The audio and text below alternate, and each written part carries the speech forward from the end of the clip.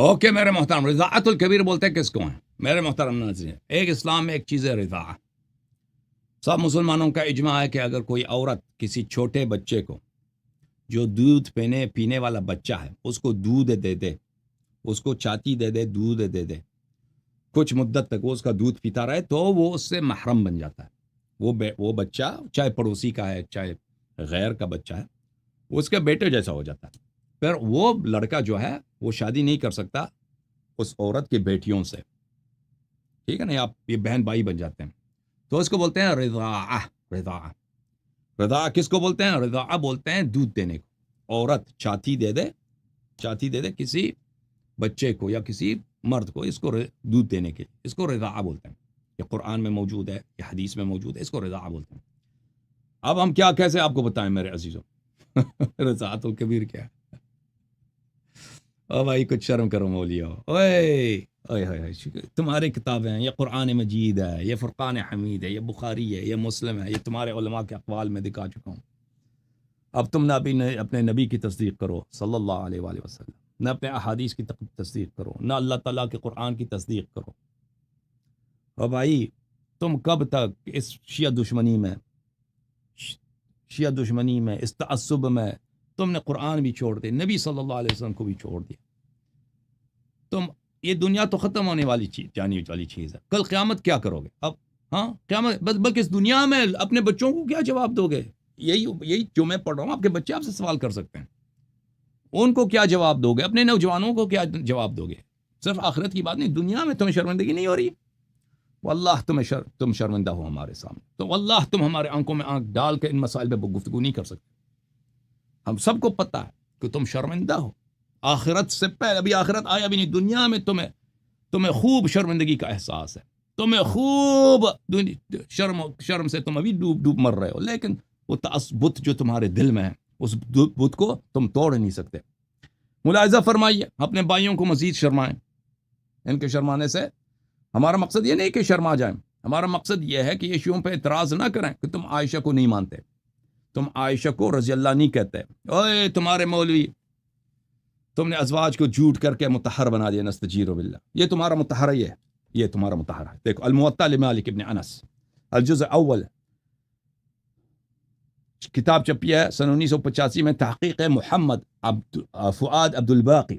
یہ کتاب باب ما جاء فی رضاعت الکبیر، رضاع کبیر کے باب، حدیث نمبر 12. ملاحظہ فرمائیے، عائشہ فی من كانت تحب ان يدخل عليها من الرجال، عائشہ کو پسند ہوتا تھا کہ بعض مرد اس کے پاس آ جائیں. جو مرد اس کو پسند ہوتا تھا، عائشہ کو اچھا لگتا تھا کہ مرد اس کے پاس خلوت میں آ جائیں. فكانت تأمر اختها ام کلثوم بنت ابی بکر، اپنی بہن ام کلثوم بنت ابی بکر کو حکم دیتی تھی عائشہ کہ کیا کرو.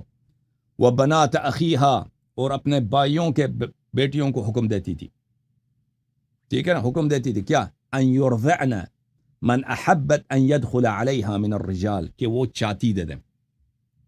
اور میں یہ بتاؤں آپ کو، اس سے مراد یہ نہیں ہے کہ کپ میں دودھ نکال کے ان کو پلا دیں، نہیں، وہ کسی روایت میں نہیں کپ، یہ جھوٹ بولتے ہیں. رضاع کا مطلب ہی یہی ہے، التقام الثدی. التقام الثدی کیا بولتے ہیں؟ کہ عورت کی جو چاتی ہے، پستان ہے، اس کو منہ میں لے لے. نپل انگلش میں بولتا ہے نپل، اردو میں نپل کس کو بولتے ہیں؟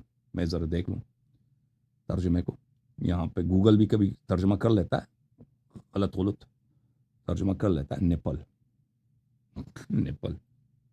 بھائی کوئی ترجمہ ہی نہیں، نپل کا نپل ترجمہ کر دیا وہ گوگل نے نپل کا نپل ترجمہ کر دیا.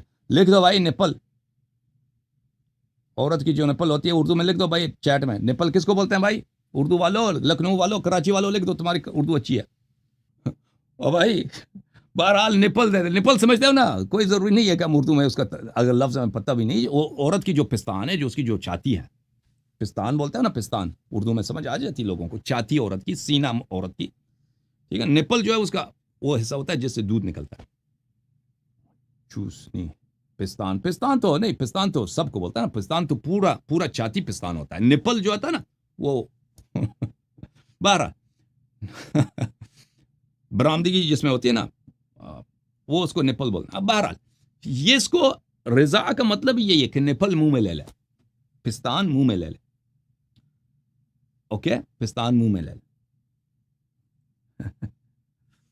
تو یہ حکم دیتی تھی بھائی. اور اس طرح نہیں کہ پھر یہ بھی عائشہ کا یہ بھی فتویٰ تھا کہ یہ چوس کے نکال دیں اس میں سے. تو یہ مردوں کو اس طرح حکم دیتی تھی. اب مجھے بتاؤ، دیکھیں یہ صرف یہ عورت ایک عورت ہے، دیکھیں نا اس کی حالت یہ ہے کہ وہ زرہ پہن کر، آرمر پہن کر، لوہے سے لیس ہو کے، ایک اونٹنی کو بھی لوہے سے لیس کر دیتی ہے، اس کو بالکل لوہے کا لباس اونٹنی کو پہنا لیتی ہے، اس پہ جو خیمہ لگاتی ہے اونٹنی پر اس کو بھی لوہے سے وہ کور، بالکل بختر بند انگلش میں کیا بولتے ہیں اس کو، آرمرڈ ویکل. تو اس طرح وہ آ کے کس کے جنگ میں آ جاتی ہے، اس شخص کے جنگ میں آ جاتی ہے جس سے جنگ کرنا رسول پاک صلی اللہ علیہ وسلم کے سے جنگ کرنے کے مترادف ہو. یہ کون سی عورت ہے؟ وہی عورت ہے نا. یہ تو اس کا کردار ٹھیک ہو ہی نہیں سکتا.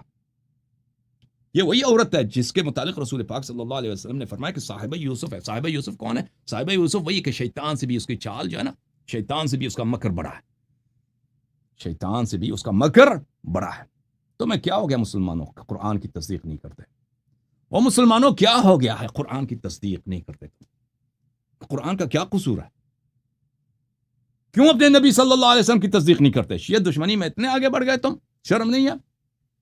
اچھا ملاحظہ فرمائیے، یہ کتاب ہے مسند احمد بن حنبل، الجزء الثالث والاربعون، مؤسسۃ الرسالہ، کتاب چھپی ہے سنہ 2001 میں. ملاحظہ فرمائیے یہاں پر صفحہ نمبر 351، حدیث نمبر 26330، یہاں پر بھی یہی بات ہے.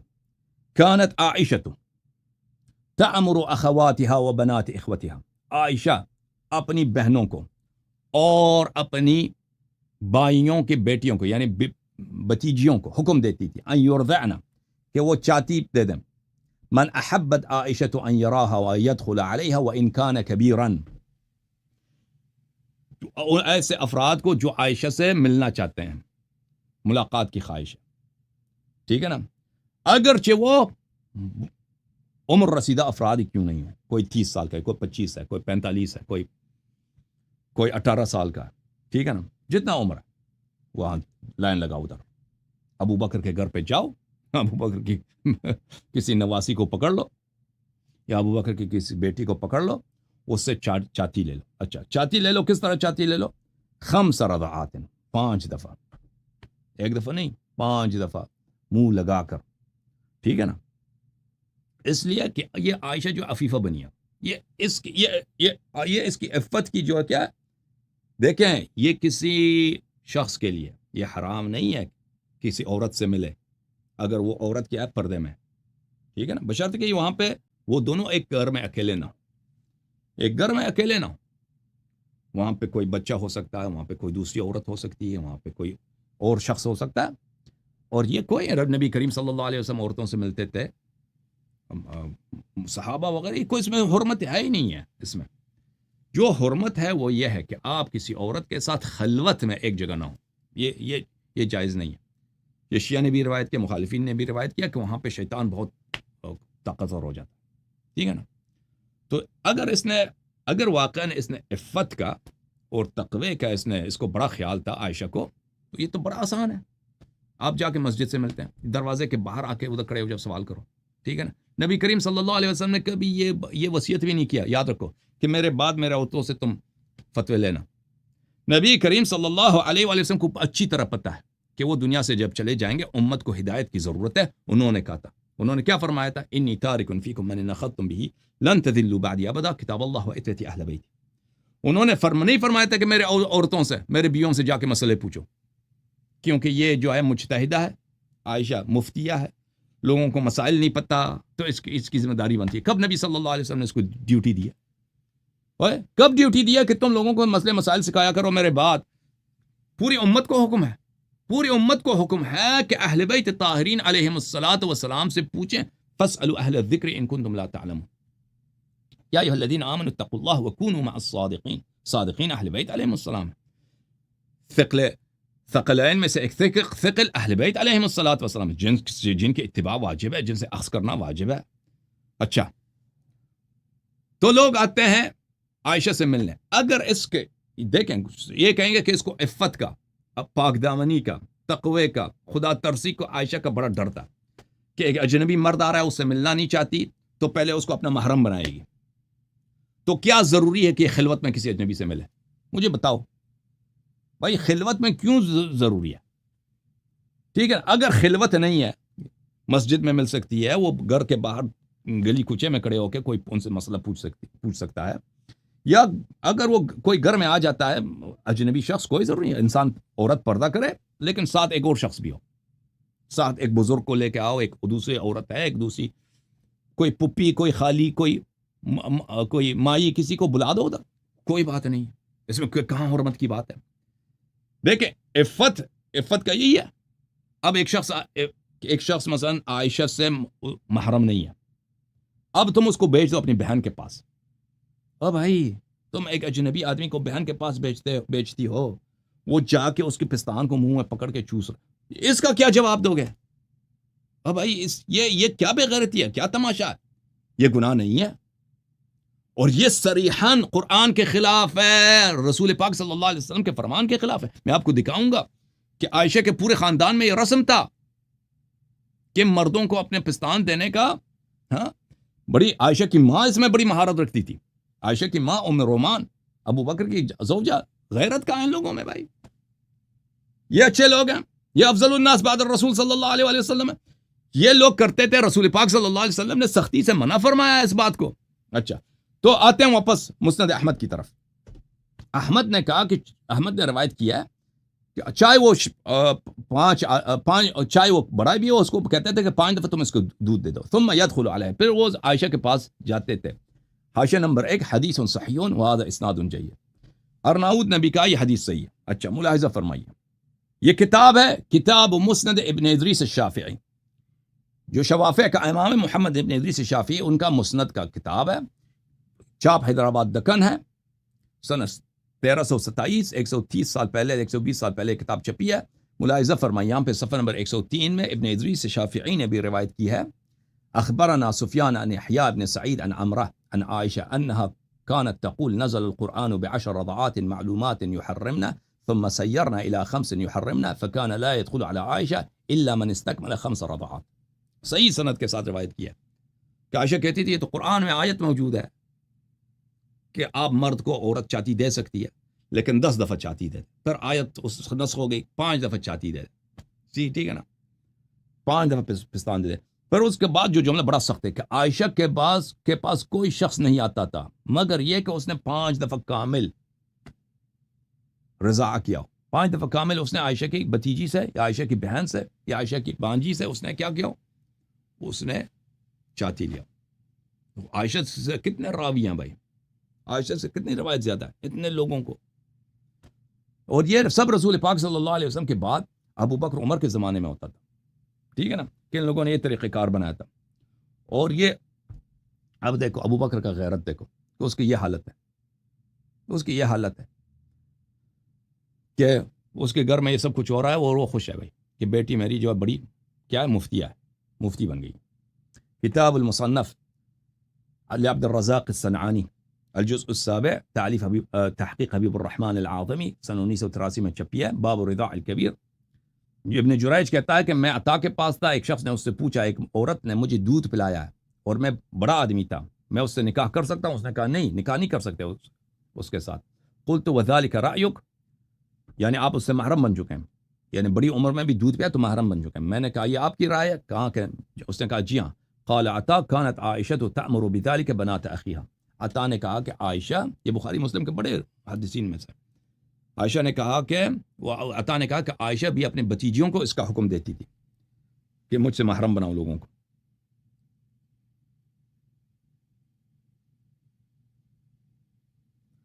پھر اسی مصنف عبد الرزاق میں صفحہ نمبر 459 میں حدیث نمبر 13886 میں جو بالکل صحیح حدیث ہے, عبد الرزاق عن مالک عن ابن شہاب عن عروہ عن عائشہ, حدیث بشرط بخاری مسلم صحیح ہے. عائشہ کیا کرتی تھی, كانت تريد ان يدخل عليها من الرجال فكانت تأمر ام كلثوم ابنة ابي بكر وبنات اخيها يرضعن لها من احبت ان يدخل عليها من الرجال. عائشہ کا طریقہ کار یہ تھا کہ جو بھی مرد اس کو پسند ہے کہ اس کے پاس آ جائے خلوت میں، تو کیا کرتی تھی کہ بھئی جاؤ پہلے میری بہن کے پاس جاؤ، میری بتیجی کے پاس جاؤ، میرے بانجی کے، اس کے پستان سے 5 مرتبہ خوب چوس کے آ جاؤ۔ ملاحظہ فرمائیے کتاب سنن ابی داؤد، چاپ دارالفکر، کتاب چھپی ہے سنہ 2005 میں، کتاب النکاح سنہ 300 صفحہ 382 میں، حدیث نمبر ہے 2061۔ وہی بات عائشہ حکم دیتی تھی اپنی بانجیوں کو اور اپنے بھائی اور اپنے بنات اخوات یا بنات اخوانیا، اپنے بانجیوں کو اور اپنے بتیجیوں کو، یعنی ابو بکر کے خاندان میں بالکل لائن لگا رہتا تھا کہ بھئی عائشہ سے ملاقات تو پکڑ لو عائشہ ابو بکر کی کسی نواسی کو، ادھر پکڑ لو اس کو، پستان نکالو، دودھ دے دو بھائی۔ اب وہاں پہ کیا کچھ ہوتا ہوگا نا۔ اب ایک شخص نوجوان آتا ہے، آپ خود سوچیں، کوئی ہے مولوی اس عائشہ کے اس فتوے پہ عمل کرے؟ خیرپور والے عبد الجبار حیدری آ جاؤ، ہمارے نوجوان آپ سے آپ کے بھائی بننا چاہتے ہیں، آپ کے بیٹے بننا چاہتے ہیں کہ آپ سے محبت ہو جائے، ٹھیک ہے نا، یہ بھی محرم بن جائیں، کر دیں ان کو کوئی، یا اپنے محلے کے آپ کے عمری نوجوان جو ان کو دے دو، کوئی ہے حاضر ہے کوئی کرے اس کے فتوے پہ عمل۔ ابو بکر کے گھر میں جو تماشا چل رہا تھا، نبی صلی اللہ علیہ وسلم کے بعد بادشاہ بنا ہے، صدر کا محل ہے، ایوان صدر میں جو کچھ ہو رہا تھا اس زمانے میں، مدینے کے ایوان صدر میں کوئی ہے عمل کرنے والا؟ اچھا، عائشہ کیا کرتا تھا؟ عائشہ کیا کرتی تھی؟ عائشہ حکم دیتی تھی بنات اخواتها، اپنی بتیجیوں کو اور اپنے بھانجوں کو، وہ بنات اخوان اور اپنی بتیجیوں کو، ان يرضعن من احبت عائشہ ان يراها ويدخل عليها وان كان كبيرا 5 رضعات ثم يدخل عليها۔ جس شخص نے بھی ملاقات کرنی ہے عائشہ سے، پہلے جا کے وہاں سے 5 مرتبہ دودھ مل جائے اس کو چوس لے، پھر کیا کریں، چاہے وہ بڑا آدمی کیوں نہ ہو۔ صرف بچوں کی بات نہیں ہے، بچہ نے کیا ملاقات کرنا ہے عائشہ سے، چھوٹے بچے، وہ بڑے آدمی ملاقات کرتے تھے نا، پھر وہ عائشہ کے پاس جاتے تھے۔ اچھا، کیا یہ حدیث صحیح ہے؟ صحیح ہے، سنن صحیح ابن داؤد، محمد ناصر الدین البانی کی کتاب ہے، کتاب مجلد 6، کتاب چھپی ہے سنہ 1423 2002 میں۔ ملاحظہ فرمائیے محمد ناصر الدین الالبانی نے اس حدیث کے متعلق فبذلك كانت عائشة تأمر بنات اخواتها وبنات اخوتها، وہی حدیث اسناد صحیح على شرط البخاری، اس کی سند صحیح بشرط البخاری، بشرط البخاری سند صحیح۔ کتاب فتح الباری بشرح سقیم البخاری، الجزء العاشر، چاپ دار الفکر، کتاب چھپی ہے سنہ 2007 میں۔ ملاحظہ فرمائیے ثبت عند ابی داود فی هذه القصہ، حافظ ابن حجر فرماتے ہیں ابو داود کے پاس ثابت ہے اس کہانی میں، عائشہ حکم دیتی تھی اپنی بہانجیوں کو اور اپنے بتیجیوں کو کہ دودھ دے دے وہ بڑے لوگوں کو جن کو ملاقات کرنی عائشہ سے، پھر وہ عائشہ کے پاس جاتے، وہ اسناد صحیح و وہ صریح، اس کی سند بھی صحیح ہے اور عبارت بھی صریح ہے، اس سے کوئی فرار نہیں ہے۔ اچھا، اب یہ عائشہ کی بتیجی کی بات، یہ اپنے بتیجیوں کو حکم دیتی تھی، اپنی بانجیوں کو، اپنی بہن کو حکم دیتی تھی کہ بھئی یہ تم اس کو مردوں کو دودھ دیا کرو، مردوں کو چھاتی دیا کرو۔ میں بار بار کہہ رہا ہوں کہ یہ اس میں کپ کی بات نہیں ہو رہی، میں ثابت کروں گا کہ اس میں چوسنے کی بات تھی، اس کا فتویٰ تھا کہ چوسا جائے، اور رضاع بولتے ہیں اسی کو پستان سے لیا جائے، اس میں شرط یہی ہے، اگر کوئی مثلا کپ سے پیتا ہے وہ رضاع کہلاتا ہی نہیں۔ اچھا، اور یہ حکم عائشہ کا جو فتویٰ قرآن کے بھی خلاف ہے، سنت متواترہ کی بھی خلاف ہے۔ اب عائشہ حکم دیتی تھی، اب خود عائشہ نے کیا ایسا کام کیا ہے یا نہیں کیا، بات یہ ہاں۔ کتاب ہے تفسیر التحریر والتنویر، شیخ محمد ابن طاہور ابن عاشور کا ہے، جزء رابع، یہ سب مخالفین کی کتابیں، صفحہ نمبر 297 میں، وَكَانَتْ عَائِشَةُ اذا ارادت ان يدخل عليها احد الحجاب ارضعته، عائشہ کا طریقہ کار یہ تھا کہ اگر کوئی حجاب، حاجب بولتے ہیں دروازے میں جو آدمی ہوتا ہے چوکیدار، وہ آنا چاہتا تھا تو عائشہ اس کو خود نستجیر باللہ چھاتی دیتی۔ اب مجھے بتاؤ ان لوگوں کی میری اب یہ بدتمیزی ہے، جو کچھ ہے مجھ سے نہ کہو، تمہارے اپنی کتابوں میں، فتح المنعم شرح صحیح مسلم، موسیٰ شاہین لاشین کا کتاب ہے، سنہ 2002 میں دارالشروق قاہرہ میں چھپی ہے، ملاحظہ فرمائیے یہاں پر۔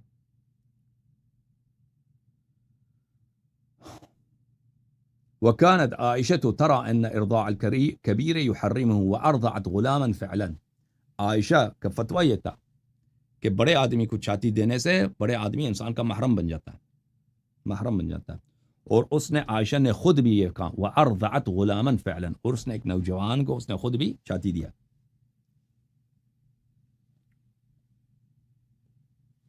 اب میرے محترم ناظرین، یہ کہ مرد کو، بڑے آدمی کو، مثلا کوئی شخص 15 سال کا ہے، 20 سال کا ہے، 30 سال کا ہے، 50 سال کا ہے، 60 سال کا ہے، اس کو تم چھاتی دے دو. کوئی عورت اس کو چھاتی دے دیتی ہے، اس کا دودھ وہ پی لیتا ہے، اس سے وہ محرم نہیں بنتا. یہ قرآن کے خلاف ہے. کیوں؟ ملاحظہ فرمائے قرآن مجید فرقان حمید میں سورہ مبارکہ بقرہ آیہ نمبر ہے 233. والوالدات يرضعن اولادهن حولين كاملين لمن اراد ان يتم الرضاعة. مائیں اپنے بچوں کو، ولد بولتے ہیں عربی زبان میں بچے کو، چاہے وہ ذکر ہو یا اناس ہو، ذکر ہو یا انسا ہو، اس سے فرق نہیں پڑتا. بیٹی اور بیٹے دونوں کے لیے لفظ ولد مشترک ہے. والدات مائیں اپنے بچوں کو 2 کامل سال دودھ پلائیں. 2 کامل سال کتنے بنتے ہیں؟ 24 مہینے بنتے ہیں نا. لمن اراد ان یتم الرضاعہ، جو شخص مدت رضاعت تمام کرنا چاہتا ہے. تو پتہ یہ چلا اتمام الرضاعہ، کمال الرضاعہ کس میں؟ 2 سال میں. والوالدات یرضعن اولادهن حولین کاملین لمن اراد ان یتم الرضاعہ، مائیں اپنے اولاد کو 2 سال کامل دودھ پلائیں جن کا ارادہ دودھ پلانے کی مدت بالکل پوری کرنے کا ہو. تو کیا پتہ چلا؟ دودھ پلانے کا مدت پورا جو ہے کیا، وہی 2 سال ہوتے ہیں. یہ سب کا ترجمہ یہی ہے، زیادہ آپ کا وقت نہ لیں. یہ کتاب ہے تفسیر ابن کثیر، جلد نمبر 1، چھاپ دار طیبہ، سنہ 1999 میں چھپی ہے. ملاحظہ فرمائیے یہاں پر صفحہ نمبر 632 میں والوالدات یرضعن، آیہ نمبر 233 سورہ مبارکہ بقرہ میں. ھذا ارشاد من اللہ تعالی للوالدات، اللہ تعالیٰ کا فرمان ہے والدات کے لیے کہ اولاد کو کمال الرضاعہ، وہی سنتان، کامل رضاعت دودھ پلائیں.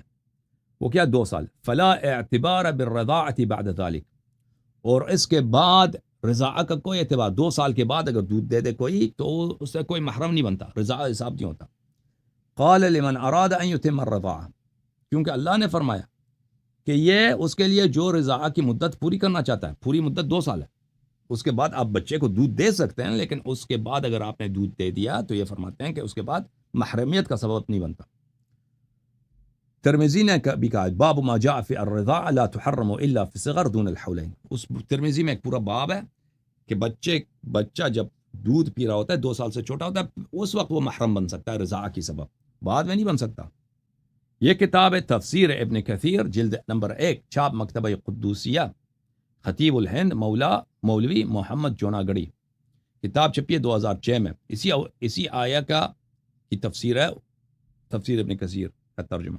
اچھا، مائیں اپنی اولادوں کو 2 سال کامل دودھ پلائیں جن کا ارادہ دودھ پلانے کی مدت بالکل پوری کرنے کا ہو. مسئلہ رضاعت، یہاں اللہ تعالیٰ بچوں والیوں کو ارشاد فرماتا ہے کہ پوری مدت دودھ پلانے کی 2 سال ہے، اس کے بعد دودھ پلانے کا کوئی اعتبار نہیں. اس سے دودھ بائی پناہ ثابت نہیں ہوتا اور نہ حرمت ہوتی ہے. اکثر ائمہ کا یہ مذہب ہے. ترمذی میں باب ہے کہ رضاعت کی جو حرمت ثابت کرتی ہے وہ وہی ہے جو 2 سال سے پہلے کی ہو.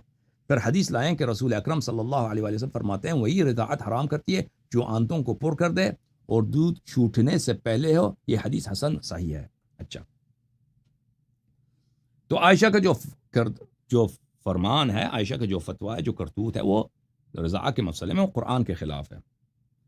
کتاب مصنف عبد الرزاق میں جزء نمبر 7، چھاپ مکتبہ الاسلامی، سنہ 1983 میں جو چھپی ہے، صفحہ نمبر 464 میں ایک باب لا رضاع بعد الفطام.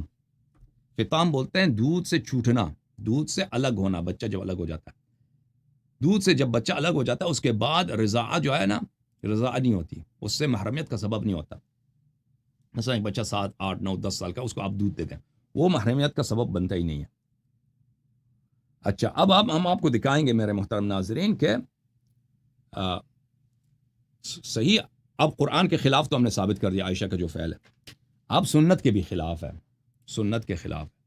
ملاحظہ فرمائیے، یہ کتاب ہے سنن الترمذی، تالیف محمد ابن سورہ الترمذی، چاپ دار الفکر، چھپی ہے 2005 بیروت لبنان میں، صفحہ نمبر 352 میں، باب ما جاء ان الرضاع لا تحرم الا في الصغر دون الحولین، کہ رضاع جو ہے بچپن میں 2 سال سے پہلے محرمیت کا سبب بنتا ہے۔ ام سلمہ سے روایت ہے، قال رسول اللہ صلی اللہ علیہ وآلہ، رسول پاک صلی اللہ علیہ وآلہ وسلم نے فرمایا، لا يحرم من الرضاعة الا ما فتق الامعاء في الثدي وكان قبل الفطام، رضاعہ سبب محرمیت نہیں بنتا مگر اس وقت جب بچہ چھوٹا ہوتا ہے، دودھ پیتا ہے تو دودھ سے اس کا پیٹ بھر جاتا ہے، اور فطام سے پہلے ہو، دودھ چھوٹنے سے پہلے ہو۔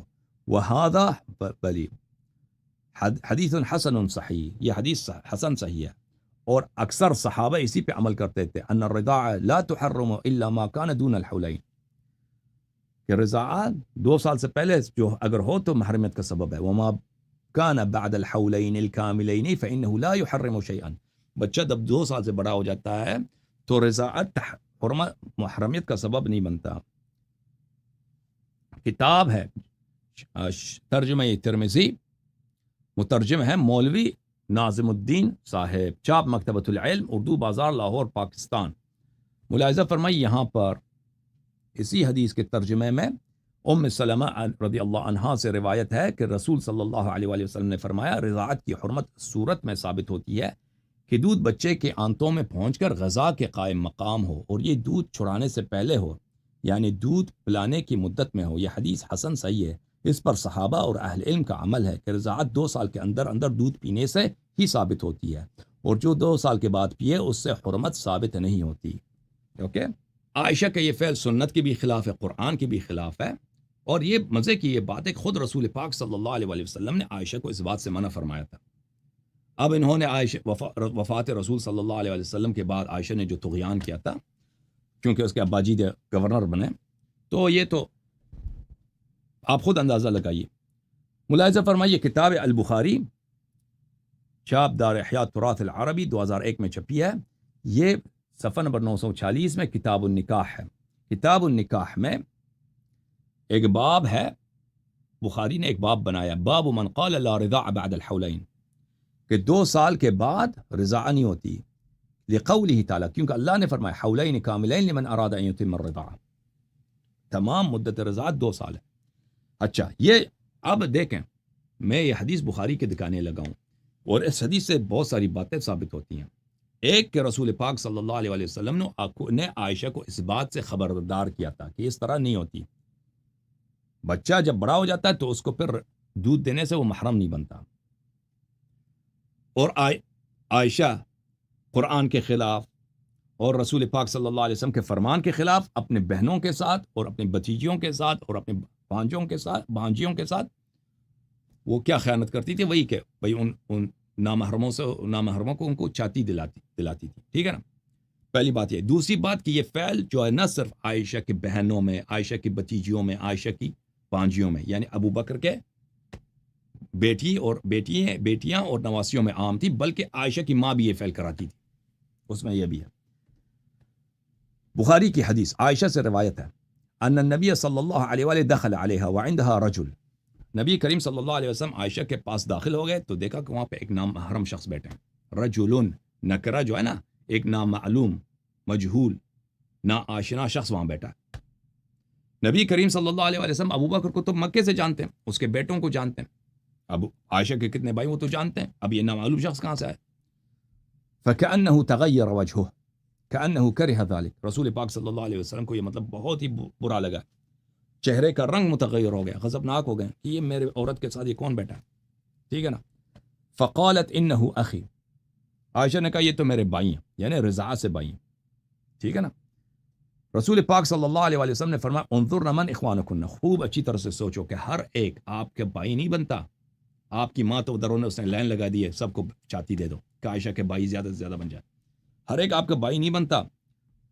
فانما الرضاعۃ من المجاعہ، رضاعہ جو ہے مجاعہ سے ہے، مجاعہ بولتے ہیں بھوک کو، کہ ایک بچہ بھوک لگتا ہے نا، بچے کو، ننا بچہ بھوک لگتا ہے، اس کو دودھ سے اس کے پیٹ بھر جاتا ہے، بڑے آدمی ہو، بڑا آدمی ہے تو اس کا طعام کیا، اس کا کھانا کیا؟ بڑے آدمی کا کھانا دودھ نہیں ہے. بڑے آدمی کو کیا چاہیے؟ روٹی چاہیے، گوشت چاہیے، سبزی چاہیے، اناج چاہیے. ٹھیک ہے نا. اناج وغیرہ، دال وال وغیرہ، چاول، بریانی وغیرہ کھائیں گے تو پیٹ بڑھے گا. دودھ سے کہاں؟ وہ بھی کسی عورت کا دودھ 5 مرتبہ چوس بھی لو تو وہ بڑھ نہیں جاتا نا انسان کا. تو یہ بچوں کے لیے ہے. اچھا، اس حدیث کی شرح بھی دکھائیں گے آپ کو.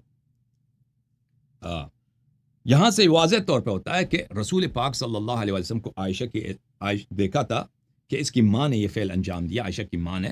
تو رسول پاک صلی اللہ علیہ وسلم اور عائشہ نے اپنی ماں کی اس کوشش کو کہ اس نے عائشہ کے لیے رضاع کے ذریعے ایک بائی بنایا، تو رسول پاک صلی اللہ علیہ وسلم نے اس کی انکار کیا تھا، اس کو ابطال کیا تھا کہ رضاع کبیر کوئی چیز نہیں ہے، باطل ہے. اور وہاں پر رسول پاک صلی اللہ علیہ وسلم نے عائشہ کو سختی سے منع کیا تھا. اب کیا ہوا میرے محترم ناظرین؟ قرآن سے منع ثابت، رسول پاک صلی اللہ علیہ وسلم سے ڈائریکٹ خود عائشہ کو اس بات سے منع کرنا ثابت، اور پھر عقل کے سامنے، فطرت کے سامنے، غیرت کے سامنے. ٹھیک ہے نا. کہ آپ کسی عورت کی چاہتی، کوئی شخص دنیا میں اس طرح حاضر نہیں ہوتا اگر غیرت ہے، باعزت ہے، کہ اس کی بیٹی ایک نامحرم کو جو ہے چاہتی دے دے. یہاں پہ میں امریکن لوگوں کے ساتھ رہتا ہوں، کوئی شخص حاضر نہیں ہوتا. اللہ جانتا ہے کوئی عام آدمی امریکی ہو کہ اس کی جو وائف ہے، اس کی جو بہن ہے، اس کی جو بیٹی ہے یا اس کی نواسی ہے، وہ ایک نامحرم شخص کو چاہتی دے دے. کوئی یہ بہت ہی بے عزتی کی بات ہے. یعنی حتیٰ کفار کے پاس بھی یہ بات نہیں ہے کہ صرف یہ اسلام میں یہ حرام ہے، حدیث میں یہ حرام ہے، یہ بالکل فطرت کے خلاف ہے. تو عائشہ کا جو فتویٰ تھا بالکل یہ اس کی کوئی وجہ ہی نہیں ہے سوائے شہوت رانی کے، سوائے یہ کہ یہ خاندان کا لوز خاندان تھا، عائشہ کا تربیت ان کا لوز تھا. وَإِلَّا یہ عزت کے خلاف ہے، فطرت کے خلاف ہے، غیرت کے خلاف ہے، اور قرآن کے خلاف ہے، اور صحیح حدیث بلکہ متواتر حدیث کے خلاف ہے. رسول صلی اللہ علیہ وسلم نے جب اس کو سمجھایا یہ بات پھر یہ بات بھی ثابت ہو گئی کہ عائشہ کے خاندان میں یہ چیز عام تھی، یعنی اس کی والدہ بھی یہ فعل انجام دیتی تھی. اچھا، اب ملاحظہ فرمائیے اس کا ترجمہ اردو میں اسی روایت کا. صحیح بخاری جلد نمبر 5 ترجمہ حافظ حماد صاحب کا. ملاحظہ فرمائیے یہاں پر باب من قال لا رضاع بعد حولین، 2 سال کے بعد رضاعت معتبر نہیں ہے. بخاری میں ارشاد باری تعالیٰ پوری 2 سال کیا کرو؟ پوری 2 سال مدت اس شخص کے لیے جو مدت رضاعت پوری کرنا چاہتا ہو، رضاعت توڑی ہو یا زیادہ، اس سے حرمت ثابت ہو جاتی ہے. اچھا، اگلے صفحے میں عائشہ سے روایت ہے کہ نبی صلی اللہ علیہ وآلہ وسلم ان کے پاس تشریف لائے تو ان کے پاس ایک آدمی تھا. یہ دیکھ کر آپ کا چہرہ متغیر سا ہو گیا، گویا آپ نے اس کی موجودگی کو برا محسوس کیا. عائشہ نے کہا یہ میرا رضاعی بھائی ہے. آپ صلی اللہ علیہ وآلہ وسلم نے فرمایا خوب غور کیا کرو کہ تمہارے بھائی کون ہے. رضاعت تو بھوک سے ثابت ہوتی ہے. انما الرضاعۃ من المجاع. اب انما الرضاعۃ من المجاع اس کا شرح کیا ہے؟ میں کچھ کتب سے اس کا شرح آپ کو دکھاؤں، اور یہ بھی آپ کو بتاؤں یہ حدیث صحیح مسلم میں بھی ہے. بخاری مسلم دونوں نے اتفاق کیا ہے. ٹھیک ہے نا، متفق علیہ یہ حدیث. چاپ دار الفکر مسلم میں حدیث کتاب الرضاع صفحہ نمبر 668 حدیث 1455 میں یہ حدیث ادھر بھی موجود ہے. انما الرضاع من المجاع.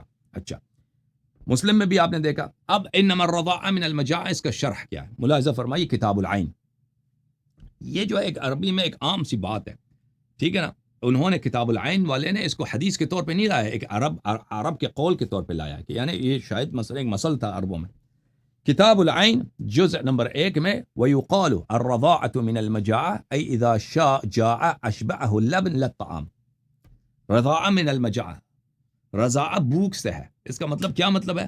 اس کا مطلب یہ ہے کہ بچہ جب جس شخص کی رضاعت ہوتی ہے وہ بچہ ہو کہ وہ اس کو بھوک لگے تو اس کو دودھ ملے، اس کو بھوک لگے کھانا نہ ملے، کھانا ملے تو وہ رضاعت نہیں ہوتی اس کی. ٹھیک ہے نا.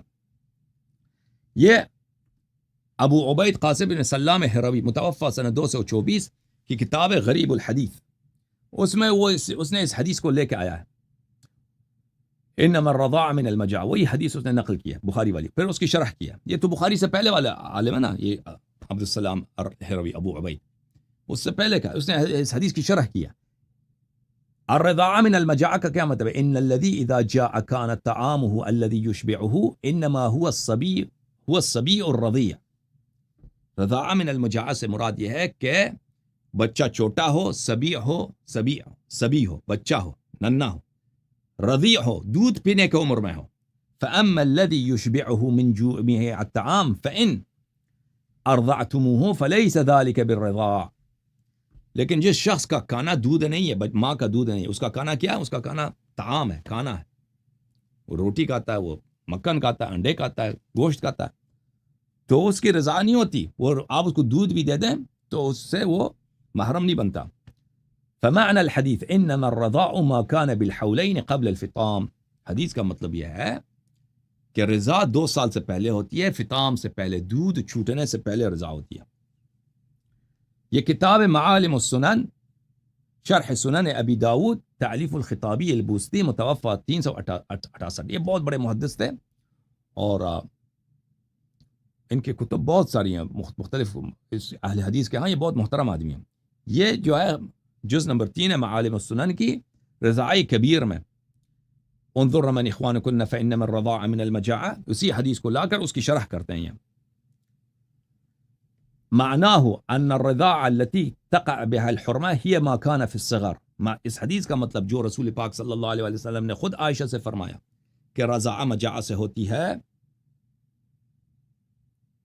یہ ہمارے اس کو کیا ہو گیا ہے ہمارے آپریٹر صاحب کو، ایک آدمی کو اس نے 4 لنک دے دیا. بھائی ایک آدمی 4-5 لنک سے آیا، پھر بعد میں مجھے کہتا ہے کہ یہ لنک کام نہیں کر رہا ہے. اور بھائی آپریٹر بھائی جو اگر آپ سے کوئی شخص کہہ دے کہ لنک کام نہیں کر رہا، یہ اس کی اپنی وہ جھوٹ کہہ رہا آپ سے. ایک آدمی کو 2 لنک نہ دیا کرو، اس کا اپنا سسٹم خراب ہے. تم لنک ضائع کرتے ہو، پھر مجھے کہتے ہو مزید لنک بھیج دو. ایک آدمی کو اب دیکھو، میں دیکھو 1 2 3 4 5، ایک آدمی کو اس نے 5 لنک دے دیے. اس طرح نہ کیا کرو بھائی. ایک آدمی کو 1 لنک دے دو، اگر وہ کہتے ہیں یہ کام نہیں کر رہا تو اس کو مزید نہ دو، بولو بس ہمارے پاس یہی ہے. اچھا. والرضيع طفل يقوته اللبن ويسد جوعه. رضیع وہ بچہ ہوتا ہے جس کا کھانا نہیں ہے، دودھ ہے. واما ما كان بعد ذلك في الحال التي لا تسد جوع اللبن ولا يشبع الا الخبز واللحم وما في معناهم من الثفل فلا حرمة له. لیکن جو شخص بڑا ہو جاتا ہے پھر وہ دودھ نہیں پیتا، اس کا کھانا کیا ہے؟ روٹی ہے، سبزی ہے، گوشت ہے، تو پھر اس کے لیے اس کی رضاعت ہوتی نہیں. اچھا. اور یہ بات بہت ساری کتابوں میں ہے اسی حدیث کی جو ہے شرح. میں ایک فتح الباری آپ کو دکھا دوں، کیونکہ فتح الباری کا بڑا ان لوگوں کے ہاں اس کو رد نہیں کر سکتے. یہ فتح الباری بشرح سقیم البخاری، یہ حدیث الساری ہے، اس کا مقدمہ ہے، جلد نمبر 1، چھاپ دار الفکر. یہاں پہ وقوله صلی اللہ علیہ وآلہ الرضاع من المجاعہ ام ممن يرضع لجوعه. الرضاع من المجاعہ کیا ہے؟ وہ بچہ ہے جو بھوک کی وجہ سے اس کو دودھ دیا جاتا ہے. بھوک لگے تو دودھ پی لے، ٹھیک ہے نا. جو بھوک لگتا ہے تو اس ماں کا دودھ پی لیتا ہے، وہ اس بچے کی رضاع ہوتی ہے، وہ محرم بنتا ہے. پھر اسی فتح الباری میں جلد نمبر 10 چھاپ دار الفکر میں یہاں پہ صفحہ نمبر 145 میں انظرنا ما اخوانکن، اس میں بڑی اس نے شرح دیا کہ رسول پاک صلی اللہ علیہ وسلم نے عائشہ سے کہا کہ خوب دیکھ لو، خوب سوچو کہ تیرے بھائی کون ہیں. اس کا کیا مطلب ہے؟ والمعنى تأملنا ما وقع من ذلك هو رضاع صحیح بشرطه. اس کا مطلب یہ ہے کہ اچھی طرح دیکھو کہ کیا یہ رضاع جو ہوا ہے رضاع شرعی رضاع ہے یا شرعی رضاع نہیں ہے. اگر شرعی رضاع ہے تو دودھ اس کو ملا تو بھائی بنتا ہے. اچھا. فإنما الرضاع من المجاعة أي الرضاعة التي تثبت بها الحرمة وتحل بها الخلوة هي حيث يكون الرضيع طفلا لسد اللبن جوعته. کہتے ہیں وہ رضاع جو سبب محرمیت ہے وہ کون سے رضاع ہے؟ کہ بچہ ننھا ہو اور وہ دودھ پی لے تو دودھ پینے سے اس کی بھوک برطرف ہو، اس کی بھوک جو ہے ختم ہو جائے. ایسی جو ہے نا،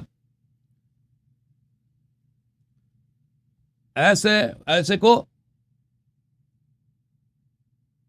کو کیا کرتے ہیں؟ ایسے آدمی کو، ایسے بچے کو اگر دودھ دیا جائے تو وہ سبب محرمیت ہے. لا رضاعة الا المغنية عن المجاعة او المطعمة من المجاعة. رضاعہ صرف وہی رضاع معتبر ہے جو بھوک دور کرے اور طعام کی جگہ، کھانے کی جگہ اس کو دودھ دیا جائے، ٹھیک ہے نا.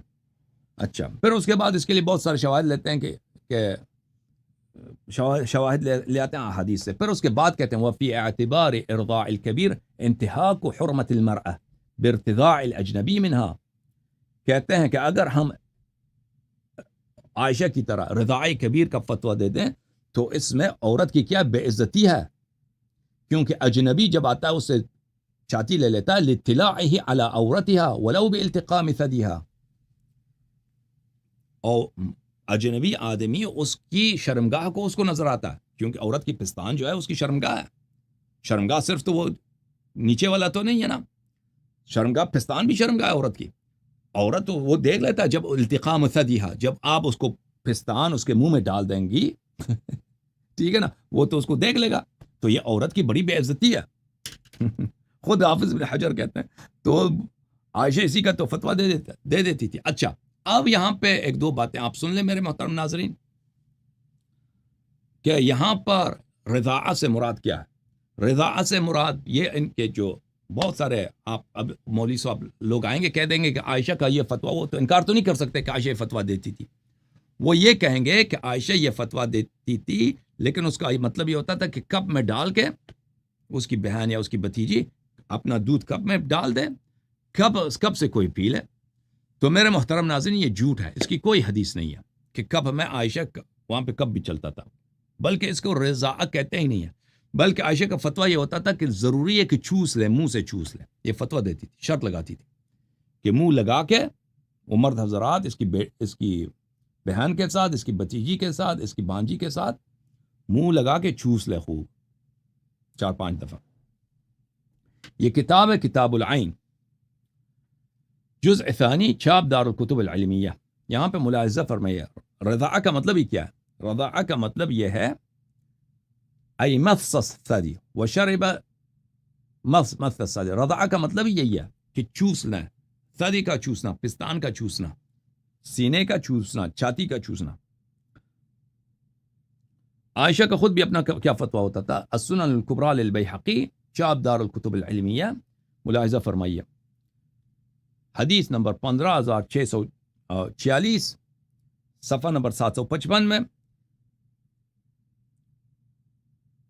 یہ روایت ہے کن سے؟ عروہ ابن زبیر سے. عروہ ابن زبیر، عروہ ابن زبیر وہی ہے جس کی بہنیں عائشہ کے حکم پر اجنبیوں کو چھاتی دیتی تھیں. عروہ ابن زبیر کیونکہ عائشہ کی کیا ہے؟ عائشہ کی بانجا ہے، تو اسی کی بہنیں تو عائشہ کے حکم پر نامحرم مردوں کو اپنی چھاتی دیتی تھیں. تو وہ خود کہتے ہیں کہ کانت عائشہ لا تحرم المسۃ والمسۃین. عائشہ کہتی تھی کہ ایک دفعہ یا 2 دفعہ چوسنے سے کوئی محرم نہیں بنتا، نہیں زیادہ چوس لیں، زیادہ سے زیادہ چوس لیں. کتنے دفعہ چوس لیں؟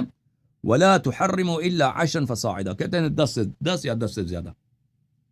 منہ لگا دو، 1 دفعہ 2 دفعہ دودھ ختم ہو جائے تو کل آ جانا، ٹھیک ہے نا، اگلے دن آ جانا، اگلے دن آ جائے، تو منہ لگا کے اس کو چوس لو 10 دفعہ. یہ کتاب موطأ مالک جلد نمبر 2، کتاب چھپی ہے سنت 1425 میں. یہاں پہ صفحہ نمبر 2234 میں، حدیث نمبر 2239 کے ذیل میں یہاں پہ ایک حدیث رضاع کبیر کے متعلق، اس میں بحامش ہی ایضاً، اس کہتے ہیں موطأ کے حامش میں یہ لکھا تھا، مالک نے اپنے کتاب کے حاشیے میں اس طرح لکھا تھا، الرضاعات فی مذہب عائشہ التقام الثدی 10 مرات. رضاع سے مراد عائشہ کے مذہب میں یہ ہے کہ پستان کو 10 دفعہ منہ میں پکڑ لے کوئی. یہ ابن ادریس شافعی کی کتاب تفسیر ہے، شوافع کا جو امام ہے محمد ابن ادریس الشافعی. چھاپ دار التدمریہ سنہ 2006 میں چھپی ہے. والرضاع اسم جامع یقع علی المس او اکثر منها. رضا کا مطلب یہ چوسنا ہے، پستان کو چوسنا ہے. رضا کا مطلب یہ نہیں کہ آپ کب سے دودھ پی لیں تو یہ رضا کہلاتا ہی نہیں عربی میں. رضا کا مطلب یہی ہے کہ آپ وہ چوس لیں. اچھا، جب یہ پتہ چلا میرے محترم ناظرین، تو یہاں پر ایک اور بات کا جواب دینا ضروری ہے، اس کے بعد بات ختم ہو جائے گی. یہ کہتے ہیں کہ نبی کریم صلی اللہ علیہ وآلہ وسلم نے سہلہ جو ایک عورت ہے، وہ مولا حذیفہ کی وائف تھی، اس کو اجازت دیا تھا کہ وہ اپنے اپنے سالم کو، سالم ایک اجنبی مرد تھا جس کو اس کے شوہر نے اپنا بیٹا بنایا تھا، تو اس کو اجازت دیا تھا کہ اس کو وہ دودھ دے دے، پستان دے دے، حالانکہ سالم کا عمر زیادہ تھا، تو عائشہ اسی پہ عمل کرتا تھا.